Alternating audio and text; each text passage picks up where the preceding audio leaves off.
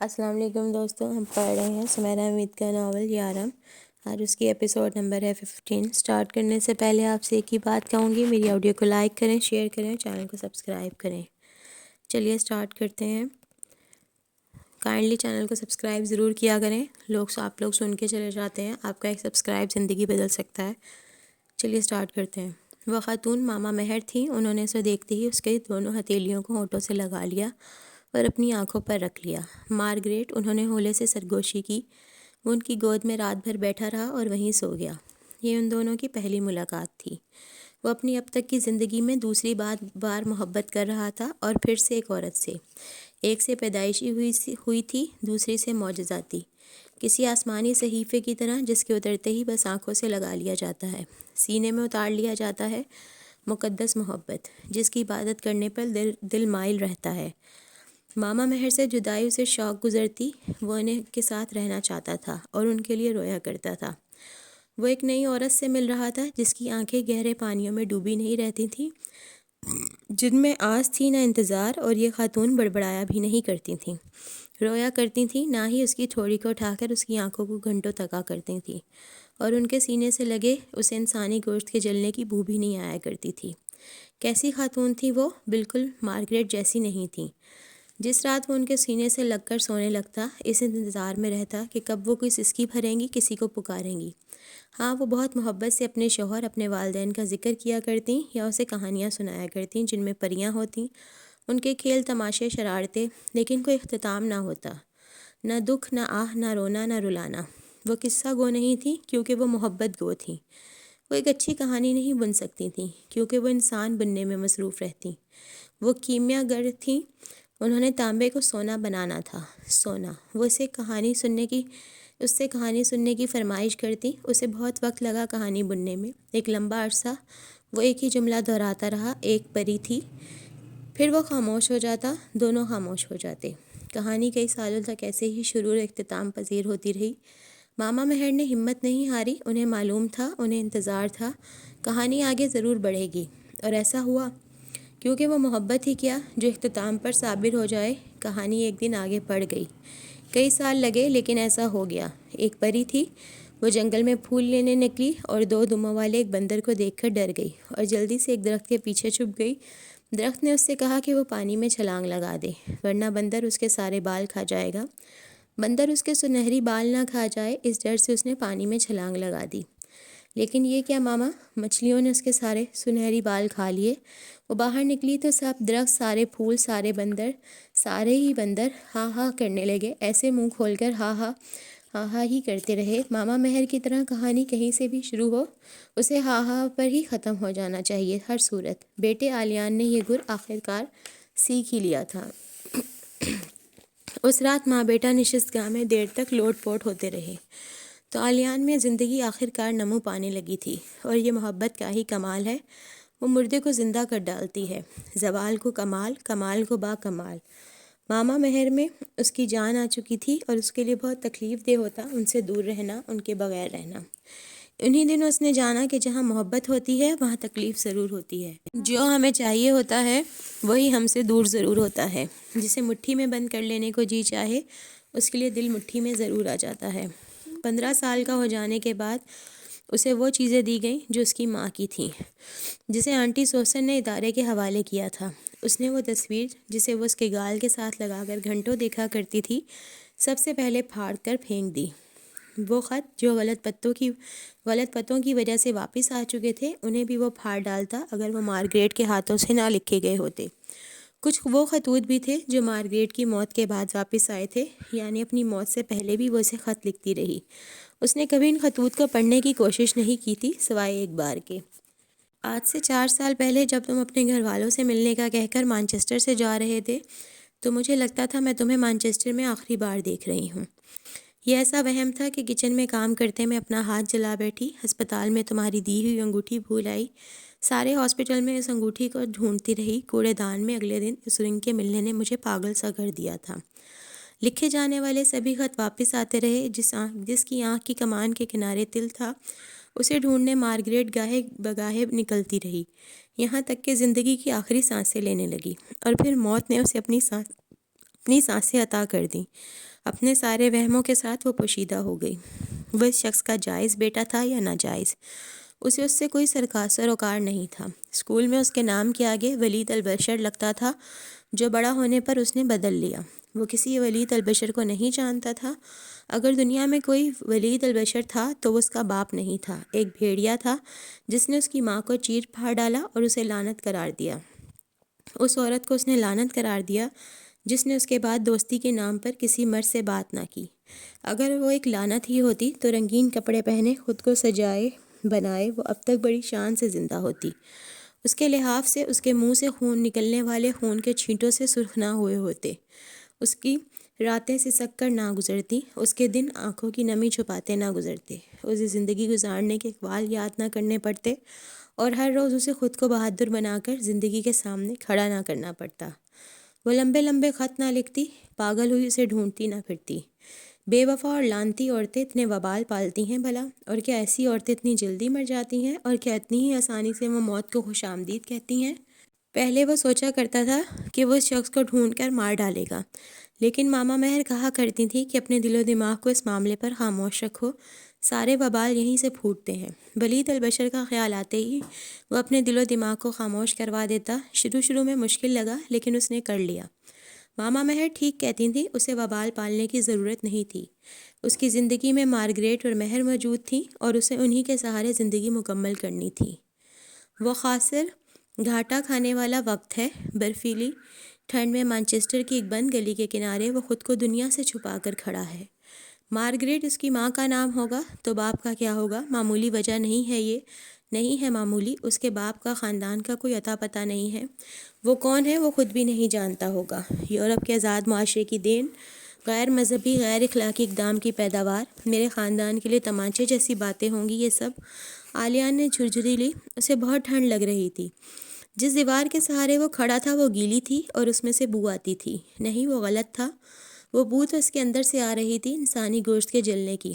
ہاں، اب اسے ٹھیک ٹھیک معلوم ہو گیا تھا کہ اس کی نیلی دھسی ہوئی آنکھوں والی ماں نے کیا محسوس کیا تھا جب اس شخص نے جس سے وہ دیوانوں کی طرح محبت کرتی تھی اسے لعنت قرار دیا تھا۔ اچھا، تو کیا اس کا سانس بھی ایسے حلق میں اٹکا ہوگا کہ سانسوں کی نجات کے لیے موت کو بلاوا دینا پڑا ہوگا؟ زمین دھسان دلدل ہے، آکاش اندھیار کا سیواک ہے، دھڑ دھڑ دھڑ لاکھوں کروڑوں تاریک غبار سے اٹے پٹ واہ ہوئے، زندگی اندھیار کی چاکر ہوئی اور لو روشنیاں گل ہوئیں، اب بس گل ہوئیں۔ اس شخص کے دل کو تسلی نہیں ہوئی تھی، اس نے مارگریٹ کے بیٹے سے بھی بدلہ لیا تھا، اسے بھی ذلیل و رسوا کر دیا تھا، اسی کی ذات کو لے کر اس پر سوال اٹھے تھے۔ اس شخص کی شناخت سے اس کی شناخت ہونی تھی۔ جس شخص کے نام کو وہ اپنی زبان سے ادا نہیں کرتا تھا، اس شخص کے نام کو اپنے نام کے ساتھ لگانے پر اسے تسلیم کیا جائے گا۔ اگر ایسا ہی تھا تو اسے کچھ نہیں چاہیے تھا، اسے کوئی پہچان، کوئی محبت نہیں چاہیے تھی، اسے امرہ واجد اب نہیں چاہیے۔ اس کی ماں پر غیر اخلاقی اقدام کی انگلی اٹھانے والی امرہ واجد بددعاؤں سے آسیبوں نے اسے اپنی لپیٹ میں لیا۔ آخر اس نے اس لڑکی کو کیوں پسند کیا؟ اس کی بدقسمتی اسے اس اسٹوڈنٹ پارٹی میں لے گئی، ورنہ اس کا کوئی ارادہ نہیں تھا اس فضول سے مذاق میں شرکت کرنے کا جو فریشرز کے ساتھ کیے جاتے تھے، خاص کر امرہ کے ساتھ کیے جانے والے مذاق میں تو اسے بالکل دلچسپی نہیں تھی، کیونکہ جب وہ لڑکی سے ملی تھی اس کا مزاج ہی بگاڑا تھا اس نے۔ وہ ایک طرف اندھیرے میں کوکٹیل لیے بیٹھ گیا اور سارا تماشا دیکھنے لگا، اور جب وہ رو رو کر اردو میں چلانے لگی تو اسے برا لگا، اور جب گھٹنوں میں سر دے کر وہ باقاعدہ رونے لگی تو مارگریٹ کچن میں اس کے لیے کچھ پکانے کی کوشش کر رہی تھی۔ وہ کھڑکی سے باہر دیکھ رہا تھا، کھڑکی سے اندر کچن کی طرف سے آتی آوازیں سن رہا تھا۔ جب ان آوازوں کو سنتے وہ خود رونے جیسا ہو گیا تو کچن کی طرف آیا۔ ماما، اس نے روتی ہوئی مارگریٹ کو بلانے کی جرت کی۔ کچھ دیر بعد وہ چھری پھینک کر اس کی طرف پلٹی، اس کی انگلی سے خون نکل رہا تھا۔ میرا ہاتھ کٹ گیا ہے، مجھے بہت درد ہو رہا ہے۔ اگر وہ براڈ وے میں کام کرتی تو سارے براڈ وے کو لے ڈوبتی، اتنے سے بچے کو الو بنانے میں وہ ناکام تھی۔ انگلی کاٹ کر رونے کی وجہ بتا رہی تھی۔ اس نے انگلی سے خون کو بہنے دیا اور روتی رہی۔ مجھے بہت درد ہو رہا ہے، وہ کہہ رہی تھی، اور خاموش کھڑا انگلی نہیں ان آنکھوں کو دیکھ رہا تھا جن سے خون ابل رہا تھا، اور وہ خون فرش پر نہیں اس کے دل پر گر رہا تھا۔ امرہ واجد سسکنے لگی، رونے لگی تو آنسو اس کے دل پر گرنے لگے۔ اسے الہام ہوا کہ مارگریٹ کی طرح لحاف میں منہ دے کر وہ بھی بہت روتی رہی ہیں۔ مارگریٹ کو پھر سے کسی نے رلا دیا۔ وہ رات اس نے جاگ کر گزاری۔ مشرقی افق پر وہ دو نین دھرے تھے، وہ ان میں ڈوب ڈوب جاتا تھا۔ بھوری آنکھوں میں جو دیپ بجھے پڑے تھے وہ جل اٹھے تھے۔ وہ تان سین کی شاگرد رہی ہوگی، اس نے اس کے اندر چراغاں کر دیا تھا۔ وہ حیات کا دہانہ تھی، وہ اسے زندہ کر رہی تھی۔ وہ مشرقی ساحرہ تھی، بس میں کر لینا وہ سیکھ کر آئی تھی۔ اور وہ بنفشین بھی تھی، وہ اس کے زخم مندمل کرنے آئی تھی۔ اسے لڑکیوں میں صرف اتنی دلچسپی تھی جس سے کارل کو چڑ ہو سکے۔ وہ کارل کی ہر گرل فرینڈ کو لے اڑتا۔ کارل کے ساتھ یہ سب چلتا رہتا تھا۔ پھر اس نے ایک ایسی لڑکی میں دلچسپی کیوں لی جس نے اتنی حقارت سے وہی سارے الفاظ اس کے منہ پر دے مارے جو کبھی ڈنمارک میں اس کی ماں کے منہ پر مارے گئے تھے۔ وہ خود اپنے باپ کے لیے بھی اتنا ہی حقیر تھا جتنا اب امرہ واجد کے لیے۔ اس نے استہزائیہ ہنس کر سوچا، ایک ہی نسل کے دو انسانوں کا ایک جیسا نصیب، دونوں کو محبت ہوئی، دونوں کو بدلے میں دھتکار ملی، دونوں کو لعنت قرار دے دیا گیا۔ دو انسانوں کے نصیب کی میں اتنی مماثلت، وہ واقعی بہت بد نصیب تھا۔ ایک کا انجام دوسرے کا آئندہ لکھ دیا گیا تھا۔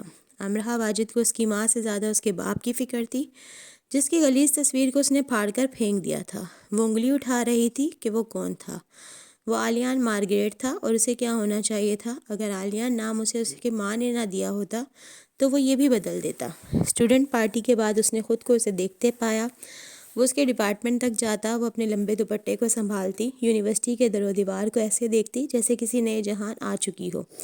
وہ اپنے آپ میں مسکراتی رہتی، خاص کر تب جب اس کے قریب سے کوئی عجیب و غریب لباس یا ہیئر اسٹائل والا اسٹوڈنٹ گزرتا۔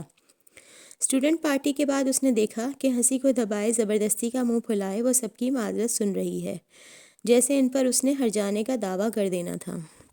لیکن یہ اس کی انسان دوستی کی مثال ہے کہ وہ ایسا نہیں کر رہی۔ ڈیرک جیسے ہاتھ باندھے سزا کے انتظار میں کھڑا تھا، اور وہ عذاب تانے کسی خونخوار بادشاہ کی اکلوتی بیٹی بنی ایسے ظاہر کر رہی تھی جیسے کہہ رہی ہو، بس اب تمہیں بھوکے شیروں کے آگے ضرور ڈالا جائے گا۔ وہ اکثر آکسفورڈ روڈ پر اس کے پیچھے جاتا۔ اس کا دوپٹہ اس کے لیے ایک مسئلہ تھا۔ اسے اتنے بڑے بڑے دوپٹے لینے کا شوق بھی تھا اور انہیں سنبھالنا بھی نہیں آتا تھا۔ شاید وہ سارے مانچسٹر کو یہ بتانا چاہتی تھی کہ صرف وہ اکیلی مشرق کی پہچان ہے۔ جی ہاں، وہ اکیلی۔ ایک دن جب وہ آکسفورڈ روڈ پر اس کے پیچھے پیچھے آیا تو اس کا دوپٹہ اس کے پیچھے والے کے پاؤں میں الجھ گیا۔ پیچھے والا معذرت کر کے آگے بڑھ گیا اور وہ دوپٹے کے کنارے اور اس کنارے کو پیر تلے دبانے والے کو گھورتی رہی۔ کچھ آگے جا کر اتفاقاً وہ بیچارہ الجھ کر گر گیا، اور وہ جو پیچھے کھڑی اسے گھور رہی تھی منہ پر ہاتھ رکھ کر ہنسی۔ اس کا انداز کچھ ایسا تھا جیسے اس لڑکے کو کہہ رہی ہو، اب آیا مزہ، اگلی بار دھیان سے چلنا یوں گدھے۔ اور اسی دوپٹے کو لے کر اگلا منظر کچھ یوں تھا کہ ایک ہندوستانی لڑکے نے زمین بوس ہوتے اس کے دوپٹے کو پیچھے سے اٹھا کر اسے دیا، اور ساتھ کوئی استضاعیہ یا طنزیہ جملہ کہا اور ہنسنے لگا، اور پھر ایک دم سے اس کی ہنسی تھم گئی۔ امرہ واجد ہاتھ لہرا لہرا کر اسے کچھ کہہ رہی تھی۔ ہندوستان پاکستان کی تاریخی ناچاکی کا ایک چھوٹا سا منظر۔ بات شاید دوپٹے سے ہوتی اسلام آباد اور دہلی تک جا پہنچی تھی۔ اور اس سے اگلا منظر کچھ ایسے تھا کہ یونی کے باغ میں لگے ایک پودے کے ساتھ اس کا دوپٹہ اٹک گیا۔ ذرا آگے چلی گئی، دوپٹے سے کھچاؤ سے اسے پیچھے پلٹنا پڑا، اور وہ ایسا کرتے اپنے پیچھے آنے والی لڑکی سے ٹکرا گئی۔ ٹکر سے اس بیچارے کی آنا گرتے ہی ٹوٹ گئی جو اس نے کچھ دیر کے لیے سر پر بالوں میں لگائی تھی۔ ظاہر ہے وہ بیچاری صبر کے گھونٹ پی کر رہ گئی۔ اگر امرہ واجد ہوتی تو دھاڑے مار مار کر روتی۔ اسٹوڈنٹس کی ہمہ وقت کی خالی جیبوں پر ایسے نقصانات کسی ہائیڈروجن بم کی طرح پھٹتے ہیں، اور وہ تو پھر اس کی نظر کا چشمہ تھا، کتابوں سے زیادہ اہم و ضروری۔ آلیان کو اس سے بات کرنے سے زیادہ اس کے پیچھے پیچھے رہنا دلچسپ اور خوشکن لگتا۔ وہ اپنے کلاسز سے فارغ ہوتے ہی اس کے پیچھے پیچھے ہوتا۔ اتنے سالوں کی اچھی تعلیمی کارکردگی میں وہ اتنی بے قاعدگی کا محتمل تو ہو ہی سکتا تھا۔ ایک دن اس کے کلاس فیلوز نے اسے پروفیسر ڈرل کے آفس بھیج دیا۔ یہ وہی کلاس فیلوز تھے جو پروفیسر ڈرل کو جانتے تھے اور امرہ کو بھی۔ پروفیسر صرف وٹ ہی ایسا پوچھا کرتے جیسے کہہ رہے ہوں، کیا یعنی کہ کیا ہے، کیا اب بولو نا، بولتے نہیں۔ ایسے وٹ کو سن کر سامنے پیش ہونے والا کتنے ہی ضروری کام کو لے کر آیا ہوتا، یہی سوچتا کہ آخر کیا ضرورت تھی اتنے معمولی سے کام کے لیے پروفیسر کو تنگ کرنے کی۔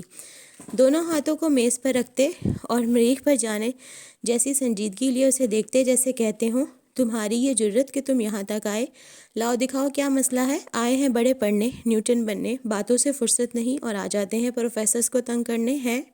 اور پھر وہ اس پیش ہونے والے نیوٹن سے وہ سوال کرتے کہ اس بیچاری کو رندھے گلے کے ساتھ معذرت کر کے اٹھنا پڑتا۔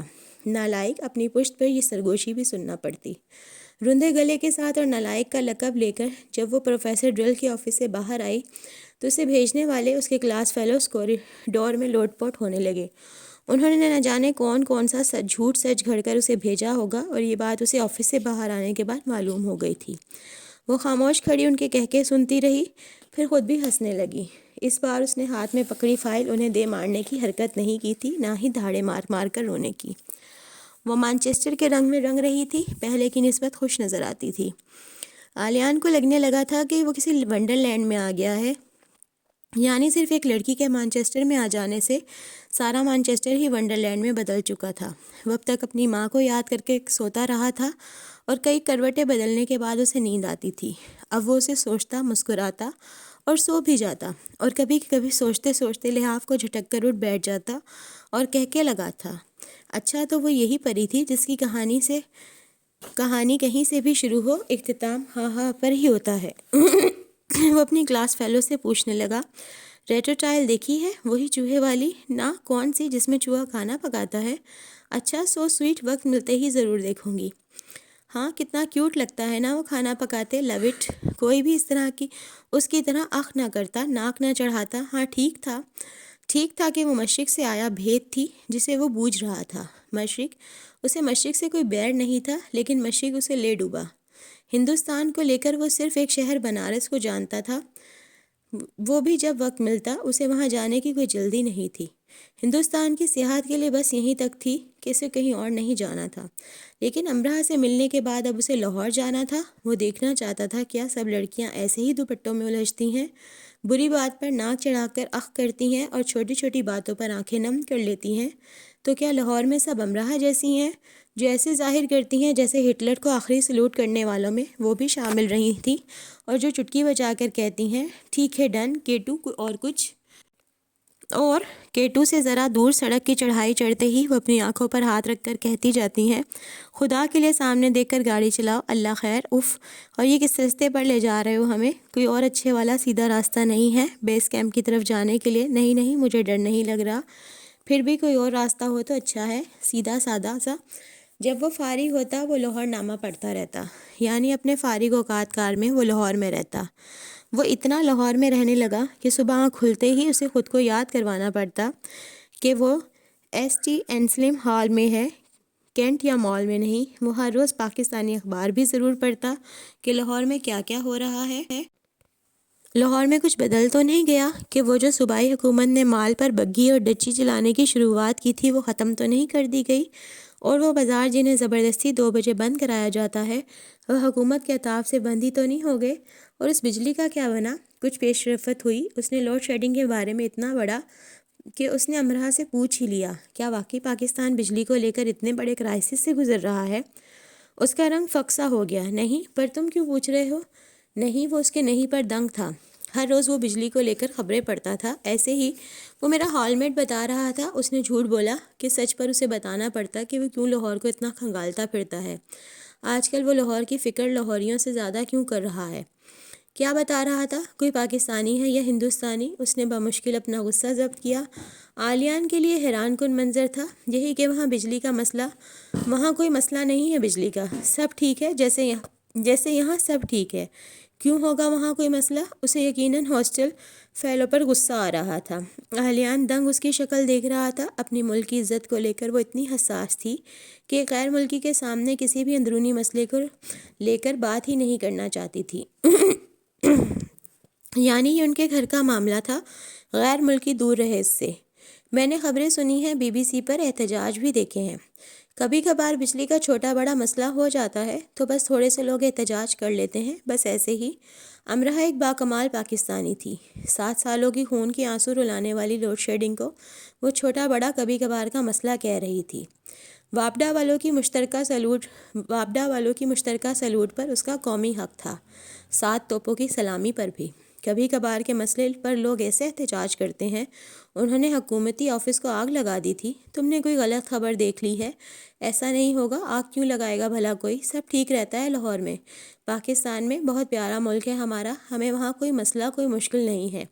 ہاں یقیناً بہت پیارا ملک ہوگا، جس ملک کی رہنے والی اس کی کسی خامی کو زیر بحث نہیں لا رہی، جس کے خلاف وہ ایک بات نہیں سننا چاہتی، وہ ملک کتنا پیارا ہوگا، وہ امرہا سے زیادہ پیارا ہوگا نا۔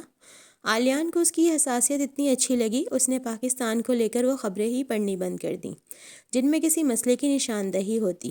لاہور میں سب ٹھیک ہے جیسے مانچسٹر میں سب ٹھیک ہے، تو امرہا کا لاہور اس کا ہو گیا تھا جیسے عالیان کا مانچسٹر امرہا کا ہو چکا تھا۔ ایسے ہی فاصلے کم ہو جاتے ہیں۔ محبت ہی میں ہم اپنی ساری قیمتی چیزیں ہتھیلی پر رکھ کر پیش کر دیتے ہیں کہ یہ لو، آج سے یہ تمہاری ہوئیں، مجھ سے زیادہ ان پر تمہارا حق ہے، ان سے اب تم بھی پیار کرنا، ان کا خیال اب تم بھی رکھنا۔ لو اب آج سے مانچسٹر ٹاؤن ہال تمہارا، مینار پاکستان میرا، تم ہیٹن پارک سے لطف اٹھانا، مجھے لاہور چڑیا گھر چھوڑ آنا، پکارلی اسٹریٹ پر چہل قدمی تم کرنا، مال کی بگھی پر مجھے بٹھا دینا۔ جین آسٹن تمہیں پڑھنی ہوگی، ہاں میں بانو قدسیہ کو ضرور پڑھوں گا۔ فش اینڈ چپس کاٹیج پائی اب تم کھانا، کلچے نہاری میں کھا لوں گا۔ اوئے سن اب میں کہا کروں گا، تم او مائی مائی کیا کرنا۔ اسے معلوم نہیں تھا کہ وہ اس سے محبت کر رہا ہے، محبت اب ریشمی بلی جو میاؤں بھی نہیں کرتی اور پسر کر بیٹھ جاتی ہے، آنکھیں موند کر میٹھی نیند سو جاتی ہے۔ اب اسے بالکل نہ اٹھایا جائے، اسے سریلی بانسری کی لوری سنتے سونے دیا جائے۔ کارل سے امرہا کو چھپائے رکھنا کسی مہم کو سر کرنے کے برابر تھا۔ بظاہر کارل ایسے ظاہر کیا کرتا جیسے وہ بالکل انجان ہے، اور اس کے پاس تو اتنا وقت ہے ہی نہیں کہ عالیان کی نگرانی میں ضائع کرتا پھرے، لیکن حقیقت میں وہ ان لوگوں میں سے تھا جو 24 گھنٹے کو 24 دن بنا لیتے ہیں۔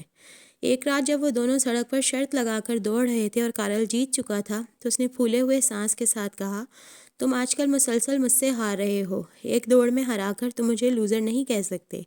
وہ ہنسا، ایک دوڑ میں، کم آن عالیان، اس ہفتے میں یہ تیسری بار ہے، میری صحت کچھ خراب ہو گئی ہے، میں فٹ نہیں ہوں۔ وہ اور ہنسا، تم ہار رہے ہو مطلب تم کہیں اور جیت رہے ہو، مجھ سے ہار کو تم اہمیت نہیں دے رہے، میرے لیے لمحہ فکریہ ہے۔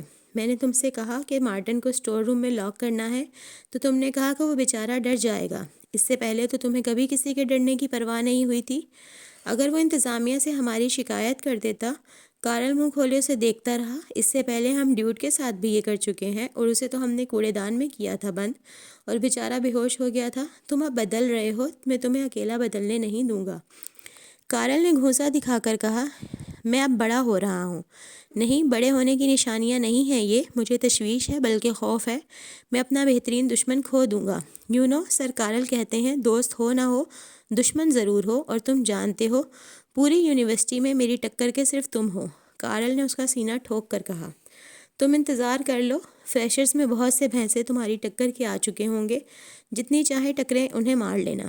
میرا خیال ہے وہ بلا چکا ہے۔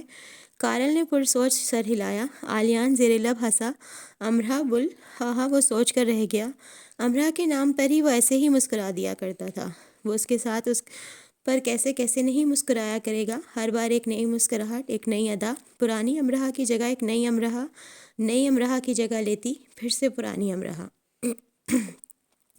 رات کے آخری پہر وہ اپنے کمرے میں آیا۔ کمرے میں کارل موجود تھا، اور اسے کمرے میں آنے کے لیے یا کسی کے بھی کمرے میں جانے کے لیے چابی کی ضرورت نہیں ہوا کرتی تھی۔ جس حساب سے وہ جاسوسی ریکشن فلمیں دیکھتا، وہ عام زندگی میں ان جاسوسی حرکتوں کی مشق کرتا رہتا۔ وہ اب تک اعلانیہ جیمز بانڈ نہیں بن چکا تھا، تو یہ اس کی کسرِ نفسی تھی۔ میرے کمرے سے جاؤ کارل، اس نے اپنا کوٹ اتار کر پھینکا۔ تم کہاں تھے؟ تم اپنے کمرے میں جاؤ۔ تمہیں کیا ہوا ہے؟ تمہارا شکریہ میں ادا کر چکا ہوں، اب تم جاؤ۔ شکریہ، یہ لفظ پہلے کا ہم دونوں نے استعمال کیا، وہ لڑکی تمہیں پسند نہیں کرتی، بات ختم۔ ہاں بات ختم، اب تم جاؤ۔ نہیں، تم ٹھیک سے بات کرو ختم۔ کارل نے اس کی شرٹ کا گریبان پکڑ لیا۔ میں بات کر چکا ہوں کارل، تم سے بھی اور اس سے بھی۔ اس نے اپنا گریبان آزاد کروایا۔ اس سے کرنا تو بنتا ہے، اس نے تمہاری بے عزتی کی، لیکن میں سب سے ختم کر رہا ہوں۔ وہ چلایا، کتنی لڑکیوں کے ساتھ تم نے میرے بریک اپ کروائے، میں نے کبھی ایسے ریئیکٹ نہیں کیا۔ تم بہت برے کھلاڑی بنتے جا رہے ہو۔ ہاں میں بہت برا کھلاڑی ہوں، بدترین انسان ہوں میں۔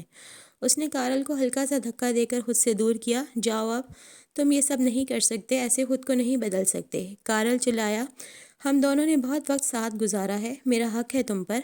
عالیان نے اپنے منہ کو اس سے چھپانے کی کوشش کی۔ جاؤ کارل، خدا کے لیے مجھے اکیلا چھوڑ دو۔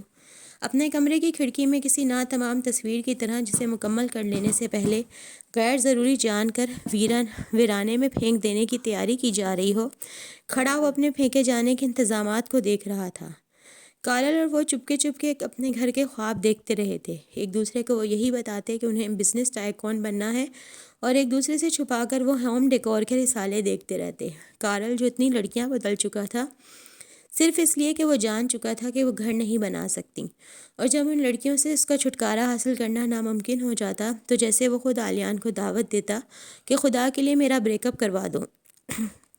ایک گھر، ایک خاندان مل کر ایک ہو جانا، اس کی اہمیت وہی سمجھ سکتا ہے جو ان سے محروم رہا ہو۔ آلیان نے تو پھر بھی چند سال اپنی ماں کے ساتھ گزارے تھے، کارل نے تو ہوش ہی ادارے میں سنبھالا تھا۔ اس کے والدین ٹرین کے حادثے میں مر چکے تھے، ستیلے نانا اور نانی نے اس کی ذمہ داری اٹھانے سے انکار کر دیا تھا۔ آلیان کے پاس ماما مہر تھی، اس کے پاس وہ بھی نہیں تھی، اس لیے دونوں کو ایک گھر چاہیے تھا، اور آلیان نے امرہ کے ساتھ وہ گھر بنانے کا فیصلہ کر لیا تھا۔ وہ اس سے اس گھر کا نقشہ لیتا رہتا تھا جہاں انہیں رہنا تھا۔ تمہارے وہاں گھر کیسے بنتے ہیں؟ مطلب تعمیرات نہیں، مطلب کیا خواہش رکھی جاتی ہے ایک گھر کو لے کر کہ وہ ایسا ہو؟ اچھا یہ کہ اگر کوئی الادین کا چراغ پوچھ رہا ہے کہ گھر کیسا ہو تو سعودی شہزادے طلال کے محل جیسا یا پام سٹی میں میڈونا کے گھر جیسا۔ وہ ہنسا۔ الادین نہیں، ایک عام انسان پوچھ رہا ہے، مجھ جیسا عام۔ اچھا، اس کا منہ لٹک گیا۔ الادین کا خواب چکنا چور ہوا۔ اب اسے شہزادے طلال جیسا محل کون بنا کر دے گا؟ آلیان زیر لب ہنسا۔ اگر میں بزنس ٹائکون بن گیا تو اسے ایک محل بنا دوں گا، اور میں نے اپنے پیسے کا کرنا ہی کیا ہے۔ لیکن اگر میں اس کے لیے الادین نہ بن سکا تو ایک بڑا سا باغ ہو جس میں کئی سو پھول کھلے ہوں، اس باغ میں گھر کی بڑی بڑی کھڑکیاں کھلتی ہوں، پیچھے بھی سے بھی کئی سو پھولوں والا ایک باغ ہو ایک چھوٹی سی آبشار کے ساتھ، اور اس میں بھی بڑی بڑی کھڑکیاں کھلتی ہوں گھر کی چھت بہت اونچی ہونی چاہیے، یعنی اتنی کہ 6-7 فٹ لمبا فانوس لگا ہو تو سر اٹھا کر دیکھنے پر وہ بہت دور لگے۔ یہ ایک عام آدمی کا گھر ہی ہے نام رہا، اسے ٹوکنا پڑا۔ وہ رک کر سوچنے لگی اور خاموش ہو گئی، یعنی خفا ہو گئی۔ مطلب ایک سیدھا سا جواب اسے حاصل کرنا مشکل تھا۔ کہیں وہ اتنی ذہین تھی کہ فوراً جواب گھڑ لیتی تھی، اور کچھ معاملات میں وہ ایسی تھی جیسے اونگے بونگے لوگ ہوا کرتے ہیں، اور انہیں احساس بھی نہیں ہوتا کہ وہ کس قدر بونگے ہیں، اور ہاں یہ احساس بھی نہیں ہوتا کہ ان کا یہ بونگا پن کسی کو بہت اچھا لگتا ہے، اتنا کہ اپنے 6-7 ہاسٹل میٹس کے ساتھ گپے ہانکتے، سڑک پر چہل قدمی کرتے، اپنی بیڈ کی چادروں کو یونانی طرز پر جسم پر باندھے، ایک کندھا یہاں رکھے، یونانی تیز میوزک پر کوریڈور میں ٹھمکے لگاتے، اور اپنے دیگر بندر لنگور کے کرتب کرتے، کوئی اسے ہی سوچتے اس کے لیے زیر لب ہنستا ہے، کوئی ٹھٹھرتی راتوں میں لحاف پھینک کر اٹھ بیٹھتا ہے، وہ خود کو تلاش کرتا ہے کہ آلیان، ہاں آلیان کہاں گیا وہ بیچارہ؟ او اچھا کھو گیا۔ او ساتھ کے کمروں میں جب کوئی پاجامہ پارٹی، ڈو اور ڈائی یا اسٹوڈنٹس کا تھیٹر چل رہا ہوتا تو وہ اپنے کمرے میں بیٹھا کسی اور کو محسوس کر رہا ہوتا۔ کارل اسے گھسیٹ کر لے جانے کی کوشش کرتا۔ تم میاؤں میاؤں بلی بنتے جا رہے ہو، چلو شیر بنو اور ذرا دھاڑ کر دکھاؤ۔ وہی فارغ اوقات میں کی جانے والی ان کی کبھی کی ایکشن، کبھی مسٹری، کبھی ہارر اور کبھی مزاحیہ موویز جیسی حرکتیں اور شرارتیں، لیکن اب اس سب میں اس کا خاص دل نہیں لگتا تھا۔ وہ کر تو لیتا تھا لیکن بس خود کو پرانا والا آلیان ثابت کرنے کے لیے۔ اسے ڈر لگتا تھا کوئی اس کے دل کا بھید نہ پا جائے، بھید جو بھوری آنکھوں نے کالی آنکھوں سے کشید کیا تھا، بھید جو محبت میں ملفوف دل پر کھلتا ہے، صرف محبت میں ملفوف دل پر۔ اسے یہ چوکاٹ سا دینے والی لڑکی اس قدر اچھی لگی کہ اس کی کوئی بات اسے بری ہی نہیں لگتی تھی، اس کی کسی بات پر اسے غصہ نہیں آتا تھا، اس کی کسی بات پر وہ بھڑکتا نہیں تھا۔ وہ اس کے لیے پری تھی جو 2 دموں والے بندر سے خوف زدہ ہو جاتی ہے۔ سارا مانچسٹر اس کے لیے 2 دموں والا بندر تھا۔ وہ حیران ہو کر ڈر جاتی اور اس کے سنہری بال کھا لیے جائیں گے اور پھر سب ہنسیں گے۔ پہلے اس کا خیال تھا دنیا میں سب سے اہم محبت ہوتی ہے، امرا نے اسے سمجھا دیا تھا، اور کیا کیا کچھ اہم ہوتا ہے، شناخت، نام، خاندان۔ آلیان کھڑکی میں کھڑا ہے اور آج پہلی بار امرا کے بارے میں سوچتے وہ زیر لب مسکرا نہیں رہا۔ اسے رات گزرنے کا غم نہیں کہ اگر رات گزر گئی تو وہ کس وقت امرا کو سوچے گا۔ فروری خزاں خزاں ہوتا برف میں ڈھل رہا ہے، فروری جسے بہار کی آمد پر چینیوں نے سرخ سرخ رنگ ڈالا ہے، یہ فروری آج اس سرخ پر سفیدے کی صورت گرتے اس کا گلا دبا رہا ہے، اس پر فراقی علامتیں نقش کر رہا ہے، بہاروں کے ماغزوں کو خزاں کے سپرد کر رہا ہے۔ پیر کو وہ یونیورسٹی آئی تو جو پہلا شخص اس کے پاس آیا وہ کارل تھا۔ چمڑے کی جیکٹ کی جیبوں میں دونوں ہاتھ ڈالے، بنا ٹوپی اور مفلر کے وہ بہت غصے میں اسے گھور رہا تھا۔ تم یونیورسٹی سے خود جاؤ گی یا میں تمہیں نکلواؤں؟ اس کا انداز کسی خونخوار جانور کا سا تھا۔ وہ جواب دیے بغیر آگے بڑھی ہی تھی کہ اس کے کراس بیک کے سٹریپ میں اس نے پین کو ڈس کر اسے بری طرح سے پیچھے کھینچا۔ کیا بدتمیزی ہے یہ؟ چبا جانے کے انداز میں وہ اسے دیکھنے لگا۔ میں تمہاری شکایت کر دوں گی، 2 دن میں یونیورسٹی سے باہر ہوگے۔ تمہیں 2 سیکنڈ بھی نہیں لگیں گے دنیا سے باہر ہونے میں، اگر آلیان واپس نہ آیا تو۔ امرہ نے چونک کر کارل کو غور سے دیکھا۔ کیا مطلب؟ میں نے کہا اگر آلیان واپس نہ آیا تو۔ اس کے انداز میں ایسی سختی در آئی جیسے کہ وہ اس کے منہ پر بس تھپڑ ہی مار دے گا یا اسے اٹھا کر کہیں پھینک دے گا۔ آلیان کہاں ہے؟ اسے لگا وہ کوئی مذاق کر رہا ہے۔ تم بتاؤ آلیان کہاں ہے؟ الٹا اس نے پوچھا اس انداز سے کہ امرہ ڈر گئی۔ تم خود کو سمجھتی کیا ہو؟ آلیان کے مقابلے میں تم ہو کیا؟ تم جیسی لڑکی جو ایک ڈگری لینا پہاڑ سر کرنے کے برابر سمجھتی ہے، وہ آخر خود کو سمجھتی کیا ہے؟ کس دنیا سے آئی ہو تم؟ جانتی ہو نا؟ یا میں تمہیں یاد دلاؤں کہ تمہاری حیثیت کیا ہے؟ تم کہنا کیا چاہ رہے ہو؟ امرہ بری طرح سے ڈر گئی۔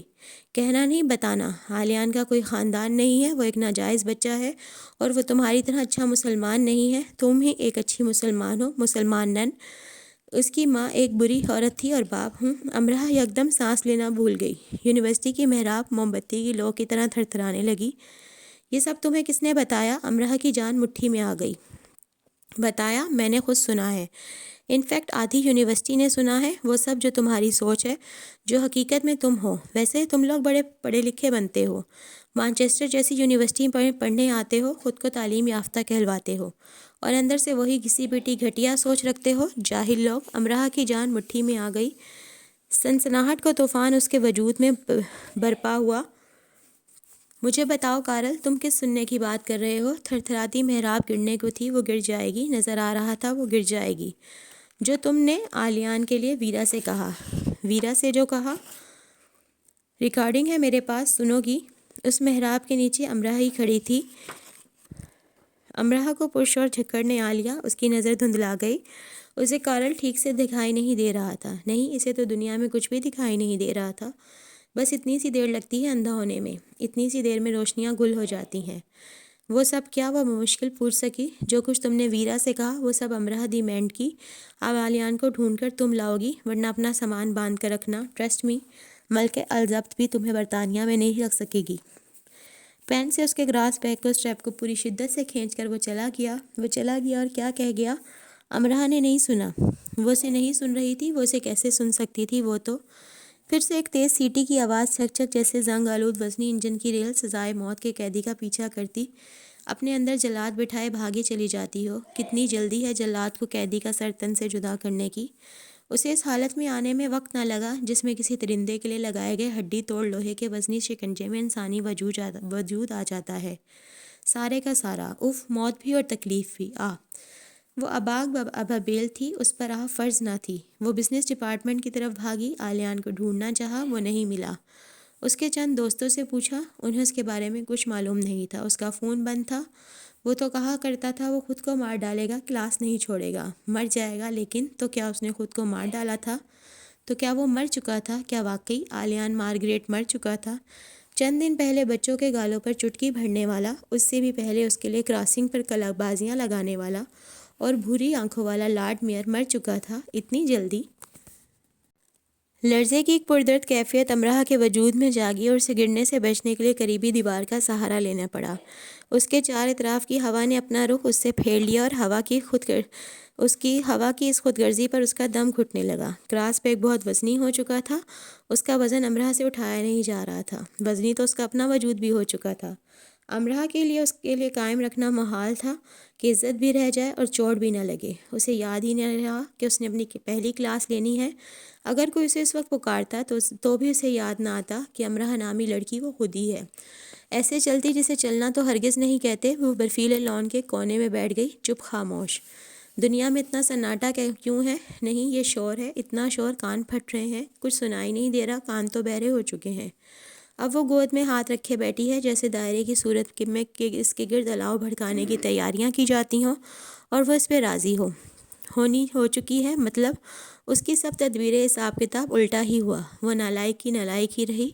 اسٹوڈنٹس آ جا رہے ہیں، برفیلی ہوا چل رہی ہے، دھند ہر شے کو اپنی لپیٹ میں لے رہی ہے، اور ایسا کرتے وہ بہت خوفناک لگ رہی ہے۔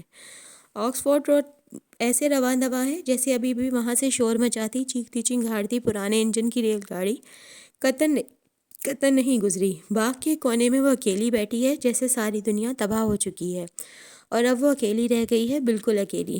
سیاہ بلوری پیالے آنسوں سے بھر بھر گئے، گود میں ہاتھ رکھے وہ اتنی بڑی یونی میں، اتنی بڑی دنیا میں اکیلی بیٹھی ہوئی ہے۔ افسوس برائے نام حصے میں آتے ہی سے ہی وہ آلیان کو کھو چکی ہے، اور محبت کا ایک ہی پنجرہ ہے دنیا، اس کا ایک ہی تصور ہے دنیا دار ہونا۔ اس پنجرے پر ایک تالا لگتا ہے، روایات کا، اس سوال کا، اس سوال کا، اس خوف کا، اس انجام کا، یہ وہ بس سب سوالیہ۔ سرکشی کی اجازت نہیں، بغاوت کا حکم نہیں۔ اس پنجرے کی سلاخوں کی بنیادیں خود کا اس معاشرے کے کھوکھلے بھربھرے اصولوں سے ہری بھری دھرتی کے سینے سے پھوٹتی ہیں، اور اصول و ضوابط کی فضا میں غرور و تکبر سے تن جاتی ہیں۔ یہ پنجرہ اس پنجرے کے قیدی حساب کتاب کیوں نہ کرے، وہ سارے سوالوں کا جواب نکال لے گا تو ہی تالا کھلے گا نا۔ اور سب سوالوں کے جواب کون پاتا ہے جو نکال پاتا ہے؟ امرا اتنی عقل مند تھی کہ آلیان کو پہچان گئی تھی، اور اتنی ہی بے وقوف کہ اسے پا نہ سکی۔ اور ذرا بتائیے مشرق میں وہ قلم دوات کہاں سے ملتی ہے جو ایسی محبت کرنے کی تحریری اجازت دیتی ہے، ایسی محبت جس کی اہمیت مٹی کے کچے ٹوٹے ہوئے گھڑے سے بھی کئی گزری ہوتی ہے۔ وہ اٹھی اور گھر آ گئی۔ آپ کی آلیان سے بات ہوئی؟ اس نے آتے ہی لیڈی مہر سے ایسے پوچھا کہ انہیں کوئی شک نہ ہو۔ 2 دن سے اس نے مجھے فون نہیں کیا، اس کا فون بند ہے۔ کل تم مجھ سے یونیورسٹی میں مل سکتی ہو، پوچھنا اس کے موبائل کے ساتھ کیا ہوا، کل ضرور وقت نکال کر اس سے مل لینا۔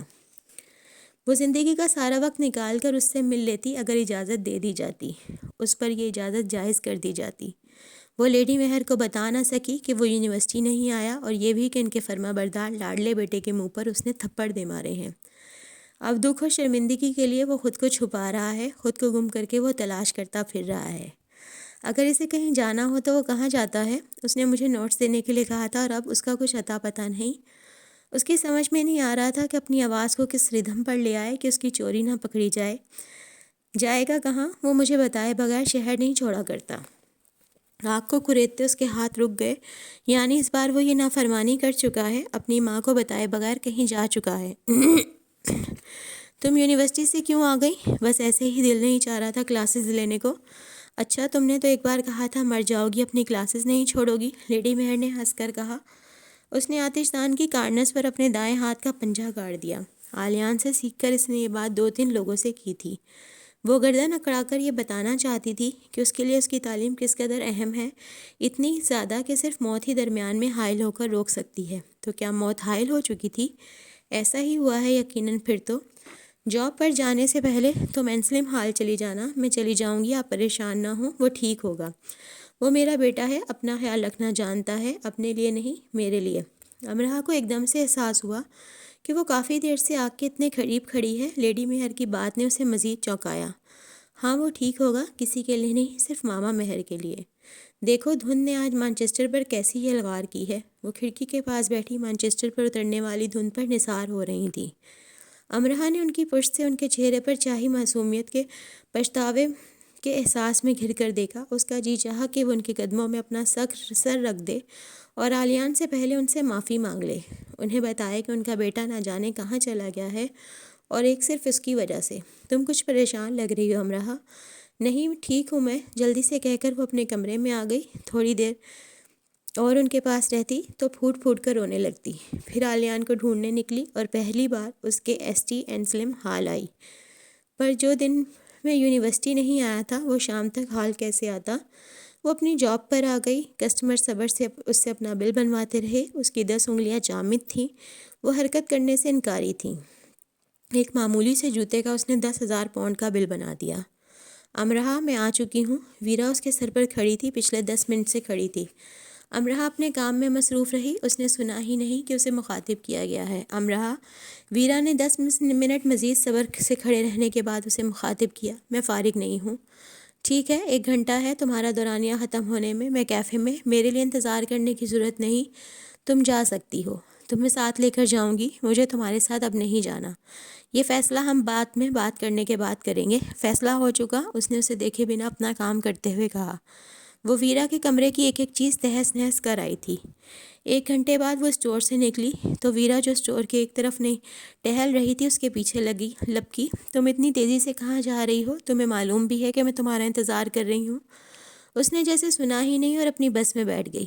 ویرا اپنی سائیکل پر آتی رہی، بس کے پیچھے پیچھے، کہیں وہ درمیان میں ہی اتر کر کہیں اور نہ چلی جائے۔ اس نے آتے ہی اپنا کمرہ لاک کر لیا۔ ویرا نے لیڈی مہر کی پرواہ کیے بغیر اتنی زور زور سے دروازہ بجایا کہ اسے دروازہ کھولنا ہی پڑا۔ وہ لیڈی مہر کو کس منہ سے سارے تماشے کی تفصیل بتاتی جو اس کے اور ویرا کے درمیان چل رہا تھا۔ 2 بالغ افراد غصہ کرنے لڑنے سے پہلے آرام سے بیٹھ کر بات کر سکتے ہیں۔ ویرا نے اپنے قد کی طرح لمبے ہاتھوں کو اس کے شانوں پر رکھ کر نرمی سے کہا، بالغوں میں سے ایک بالغ کچھ بھی کر سکتا ہے، کچھ بھی، خاص کر اگر وہ چھپا رستم بھی ہو تو۔ شانوں پر سے اس کے ہاتھ جھٹک کر اس نے تیز آواز میں کہا۔ ویرا کو اس کے انداز پر ایک جھٹکا لگا، اس کی گلابی رنگت پھیکی پڑ گئی، اس کی آنکھوں سے گہرا ملال چھلکنے لگا۔ تم اتنی سی بات پر ایسے ریئیکٹ کر رہی ہو؟ اس نے یہ کہتے ہوئے محسوس کیا کہ زندگی میں پہلی بار اس کی آواز ایسے ارتعاش کا شکار ہوئی ہے۔ اتنی سی بات؟ تم نے میری ساری باتیں ریکارڈ کر کے عالیان کو دے دی؟ کس قدر شرمناک حرکت ہے۔ جانتی ہو، اسے کارل نے بھی سنا اور دوسرے اسٹوڈنٹس نے بھی۔ ویرا کی آنکھوں میں ملال کی جگہ خوف نے لے لی۔ کمانڈو کی طرح ساری دنیا کو اپنے پیچھے رکھنے والی نے کسی قدر سہم کر امراہ کو دیکھا اور ایسا کرتے ویرا بلا شبہ بہت بدہیبت لگی۔ عالیان کو نہیں، کارل کو۔ امراہ کو بات سمجھنے میں کچھ وقت لگا۔ کیوں کیا مصیبت آئی تھی تم پر ویرا؟ کارل نے مجھ سے کہا تھا اس نے عالیان اور تمہیں پریڈ میں باتیں کرتے دیکھ لیا ہے، تھوڑا بہت سن بھی لیا ہے۔ اس نے مجھ سے درخواست کی کہ میں تم سے پوچھوں وہ عالیان کا دوست ہے۔ عالیان بہت پریشان تھا پریڈ کے بعد سے، کارل جاننا چاہتا تھا اس کی وجہ۔ وہ عالیان کا دوست نہیں ہے، امراہ چلا اٹھی۔ وہ عالیان کا دوست ہے امراہ، صرف وہی ایک دوست ہے۔ دوست ایسا کرتے ہیں جیسا اس نے کیا، جیسا تم نے کیا۔ امراہ کو یقین سا ہونے لگا کہ وہ اپنا چین و قرار تعمر کے لیے کھو دے گی اور پھر کبھی نہیں پا سکے گی۔ امراہ، اس نے صرف اتنا کہا تھا کہ وہ ٹھیک ٹھیک سب جاننا چاہتا ہے۔ جب میں تم سے بات کر رہی تھی تو وہ فون پر سن رہا تھا۔ مجھے نہیں معلوم تھا وہ فون کال ریکارڈ کر لے گا، اور تم سے بات کرتے بحث کرتے میں بھول گئی کہ ساری باتیں کارل کو نہیں سننی، اور مجھے یہ بھی نہیں معلوم تھا کہ وہ ہارڈ ٹرک میں ڈسک چلوا دے گا۔ امراہ نے ویرا کی شکل پہچاننے کی کوشش کی۔ مکڑی کی جالے سی بینائی نے پھر سے امراہ کو اندھا کرنے کی کوشش کی۔ پلکوں کی جنبش امراہ پر گرا گزری۔ ہارڈ ٹرک ڈسک پر امراہ کی شکل کی طرف دیکھتے ویرا رو دینے کو ہو گئی۔ وہ تو اتنی بہادر تھی، پھر اب کیسے وہ رو دینے کو ہو گئی؟ ہاں، کارل نے وہاں ڈی جے سے چلوا دی۔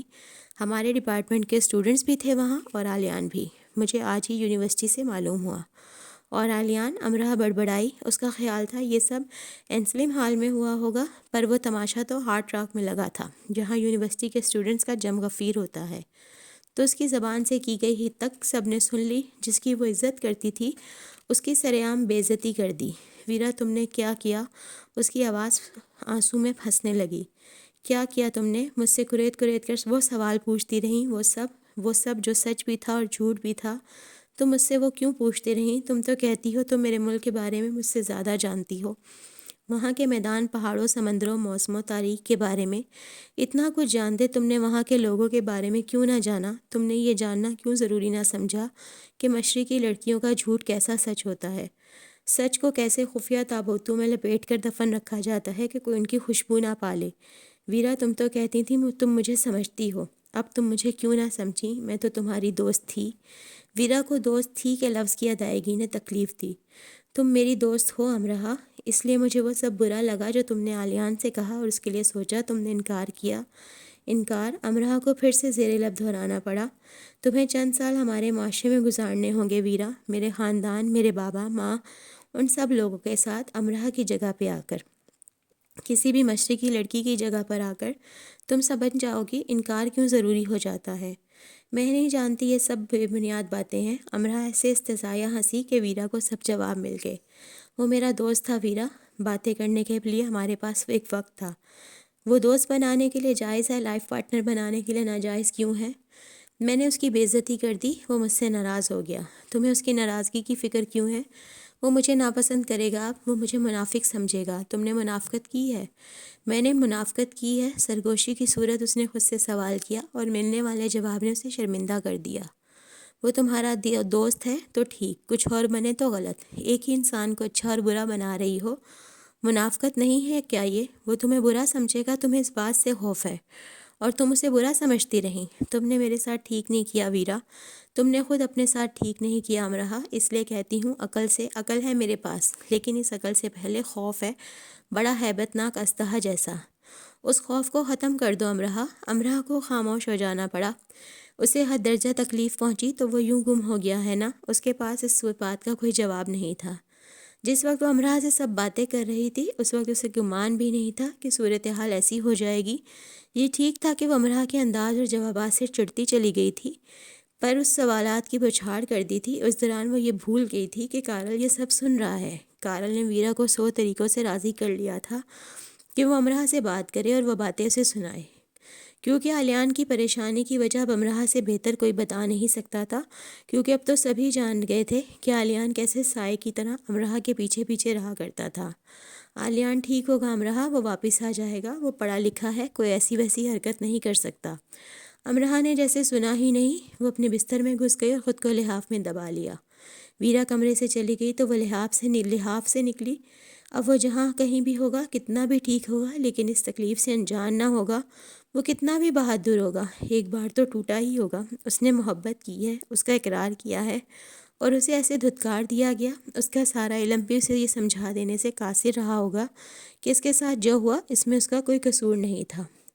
تو دوستو یہ تھی آج کی ایپیسوڈ۔ امید کرتی ہوں آپ کو پسند آئی ہوگی۔ اگر آپ کو میری آڈیو اچھی لگی ہے تو اسے لائک کریں، شیئر کریں، میرے چینل کو سبسکرائب کریں۔ اللہ حافظ، کل پھر ملیں گے، دعاؤں میں یاد رکھیے گا۔